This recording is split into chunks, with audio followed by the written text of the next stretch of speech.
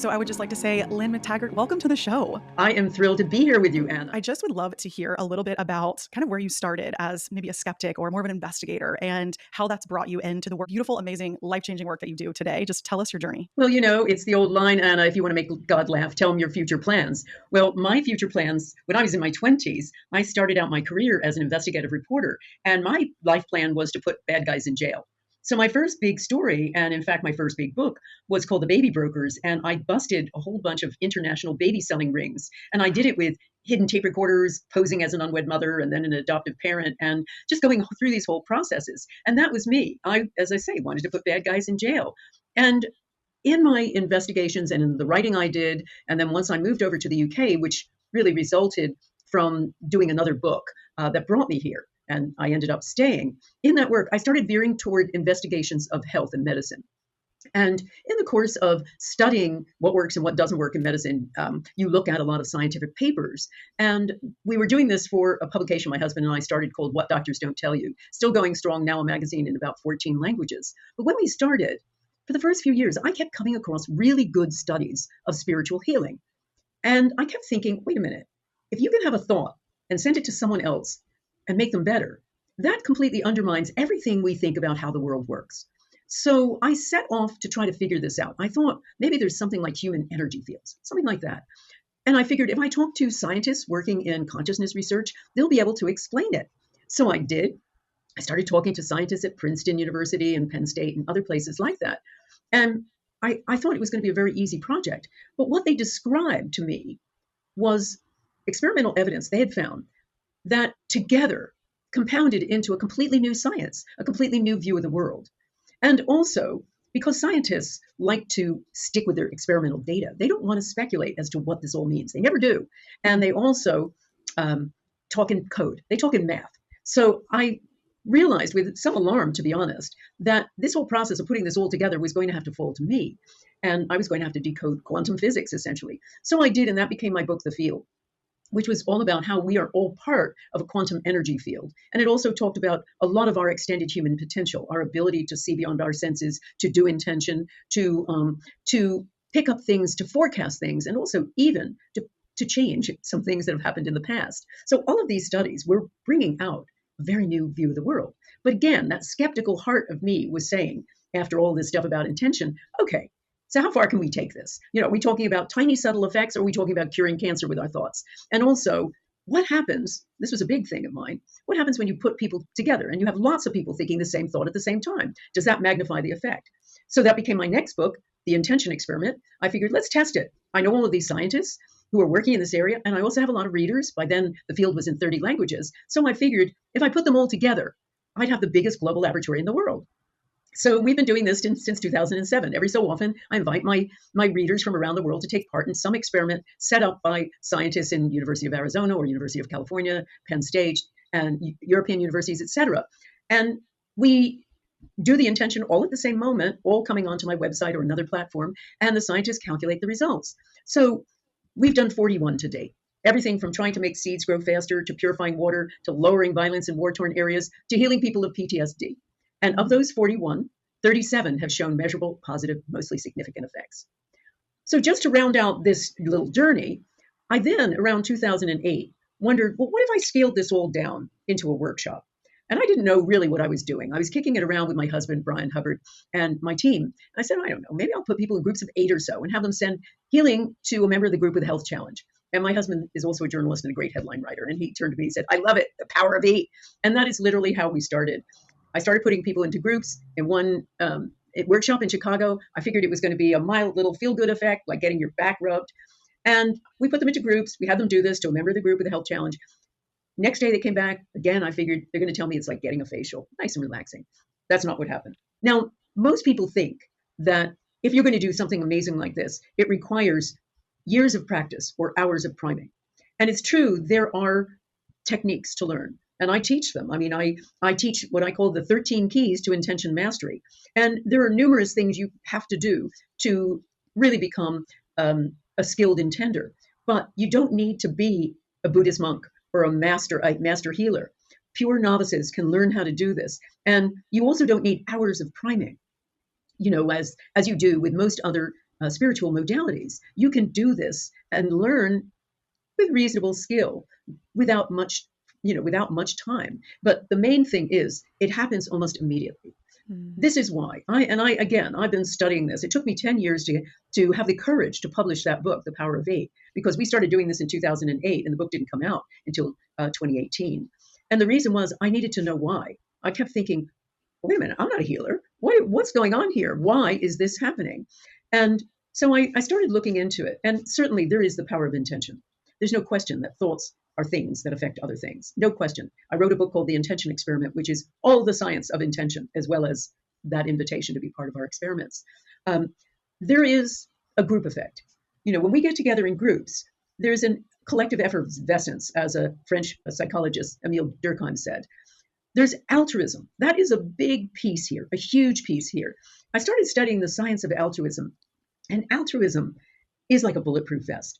People who do things for other people, and the science is really clear on this, live longer, healthier, happier lives. No question. Even if it's a minor thing you do or you volunteer for something, you're going to live longer, healthier, happier life. So with a Power of Eight group, 7/8 of the time, you're intending for someone else. So that is a big piece of it. There's also the whole permission thing. When you're in a group, it's almost like you make a vow to do things. There's enormous evidence about the power of the mind and its effect on the body. That is so clear. And we've used it with everything from hypnosis to biofeedback and so much more, to mental rehearsal with athletes. But there's something else. And this is the big secret sauce. We did brainwave studies to try to figure out what on earth is going on here. So I worked with a team of neuroscientists a few years ago, and they were at Life University. They put their neuroscience team at my disposal, which was fabulous. So we did a batch of studies on 7 groups of student volunteers. So these were kids who hadn't even ever meditated. So they weren't masters of anything related to this work. We did that, and we put an EEG cap, which measures brain waves, on one member of each of the groups. And we discovered, to our astonishment, that the brainwave signatures look nothing like those of meditation. We thought they were going to be just like meditation, where you've got an increase in the slightly slower brainwaves called alpha waves that are slower than those of ordinary waking consciousness. Nothing like that with our own brainwave signatures. What they did look like was those of Sufi masters during chanting and Buddhist monks during ecstatic prayer, as measured by the University of Pennsylvania, Dr. Andrew Newberg. What was happening is brainwaves weren't increasing as they do with meditation, certain brainwaves. They were turning off, particularly the parts of the brain toward the back of the top of the head. They are the parietal lobes. They help us navigate through space. They tell us, this is me, this is not me. And they were dialed way down. So were parts of the brain, the right frontal lobes. They're involved with worry, doubt, negativity. They were also dialed way down. And as were other parts of the brain involved in making us feel separate. These were people, according to their brainwave signatures, who were in a state of ecstatic oneness. And that is the secret sauce. And the reason it is just this. We all say, we're all one, and we talk about that all the time, but we don't experience life like that. We experience life as separate from the rest of the world. We experience life as lonely little people on a lonely planet in a lonely universe.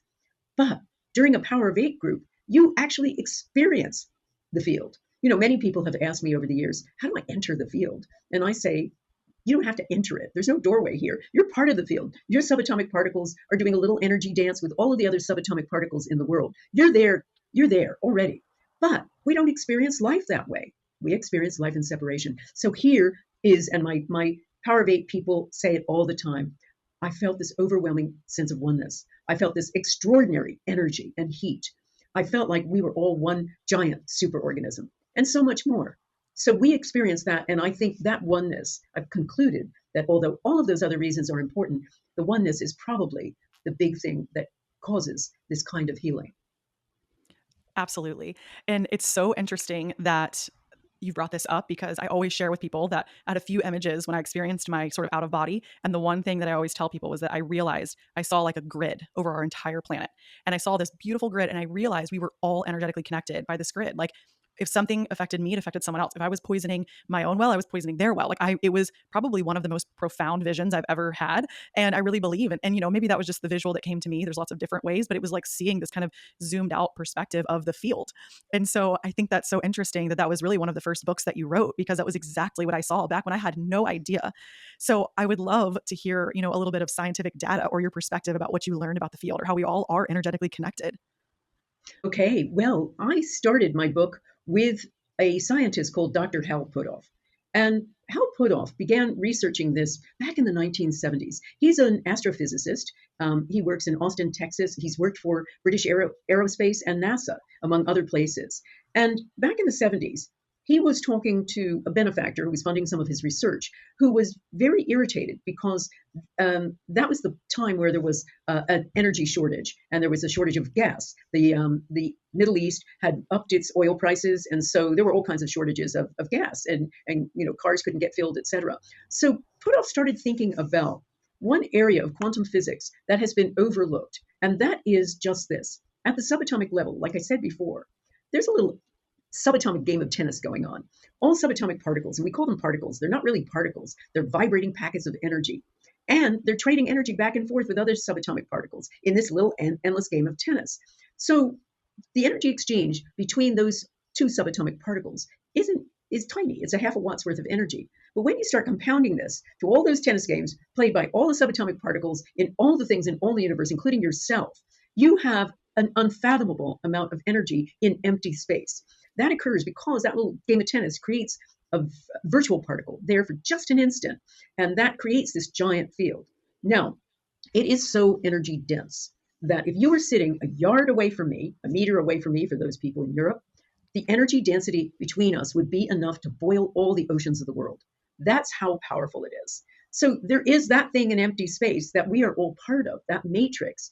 But here's a couple of really important aspects of it. Subatomic particles are also waves. And waves, when they bump into each other, store information. And waves have an near infinite capacity to store information. So consider the Library of Congress, which has every English book in the world in there. You could take the whole of the Library of Congress, and if you put it into a subatomic wave, it would fit onto something the size of a sugar cube. That's how much information subatomic particles have. Also, Wow. they go on to infinity. So when you think of we're all part of this giant energy quantum field, there's two big implications. One, we can access all information there. All information essentially is contained in the field. And because these things go on to infinity, it's a wonderful, neat mechanism to understand how we can pick up information beyond our senses or affect things beyond ourselves. So that field was a very important basis for all of the other work that I've done with the power of intention.